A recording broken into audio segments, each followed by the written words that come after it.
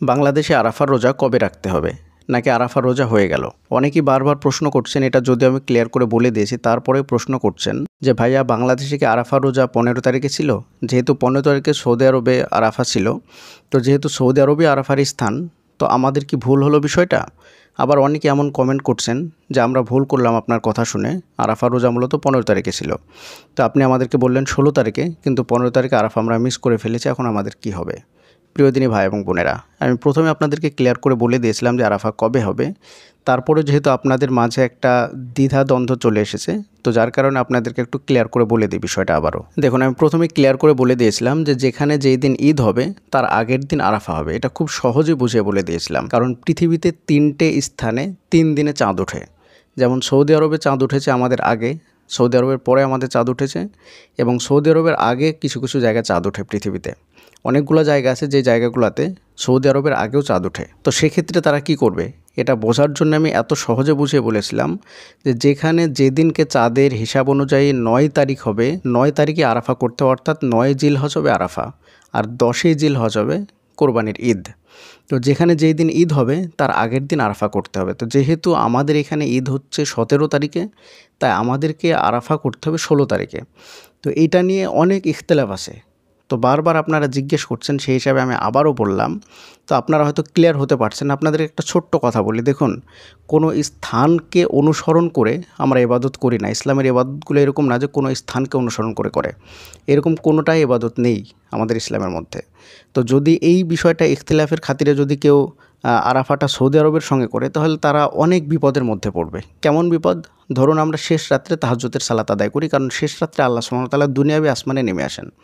এখন আমাদের এখানে যখন শেষ রাত্রিটাকে যদি আমি এশার নামাজের পর থেকে নিয়ে ফজর আজান পর্যন্ত 3টে ভাগে বিভক্ত করি, তাহলে আমাদের এখানে যেটা শেষ রাত্রি হবে, সৌদি আরবে সেটা হবে মধ্যরাত্রি। আবার দেখা যাবে আমেরিকাতে সেটা হয়তো বা বেলা 10টা বাজে, এরকম হবে। তো অন্য কোথাও দেখা যাবে যে তখন বিকালবেলা, কারণ পৃথিবীটা এরকমভাবে চলে আসছে। তো তাদের ক্ষেত্রে কি হবে বিষয়টা? তখন কি এই প্রশ্নটা আসবে না যে আমরা কি সৌদি আরবের শেষ রাত্রে উঠে দোয়া করব, নাকি আমরা আমাদের দেশের নিয়ম অনুযায়ী শেষ রাত্রে আমরা দোয়া করব, নাকি আমরা আমেরিকার শেষ রাত্রে দোয়া করব? কোন টাইমে শেষ রাত্রে দোয়া করব আমরা? কোন দেশের শেষ টাইমে আমরা দোয়া করব? এটা কি প্রশ্ন আসে না? আসে। যখন আপনি আরাফাকে স্থান হিসাবে মেনে নিয়ে আরাফার দিনটাকে নির্দিষ্ট করে আপনি যখন এই রোজা রাখতে যাবেন বা ইবাদত করতে যাবেন সারা পৃথিবীতে, আরাফাটাকেই নির্দিষ্ট করে নেবেন, তখন কিন্তু অনেক বিপদে পড়তে হবে। ইসলামের অনেকগুলো বিধানই এরকম আছে। তো আসলে কোনো স্থানকে কেন্দ্র করে ইসলামের কোনো বিধান বা আমল হয় না। ইসলামের বিধান বা আমলগুলো হয় চাঁদের সঙ্গে সম্পর্কযুক্ত। চাঁদের নিয়ম অনুযায়ী যেখানে যেই দিন হবে সেখানে সেই দিন সেই ইবাদতগুলো প্রযোজ্য হবে। যেমন ধরুন, সৌদি আরবের আগে যারা চাঁদ দেখেছে তাদের ঈদ হচ্ছে 15 তারিখে, সৌদি আরবে ঈদ হবে 16 তারিখে, আর আমাদের এই এলাকাতে ঈদ হবে 17 তারিখে। তো যাদের 15 তারিখে ঈদ হচ্ছে, 15 তারিখে তো আসলে সৌদি আরবে আরাফা হচ্ছে, তাহলে কি তারা ঈদের দিন আরাফা পালন করবে? তারা কি ঈদের দিন রোজা রাখবে? কারণ স্পষ্টভাবে তো হাদিসের মধ্যে বলা হয়েছে যে 2 ঈদে রোজা রাখা হারাম।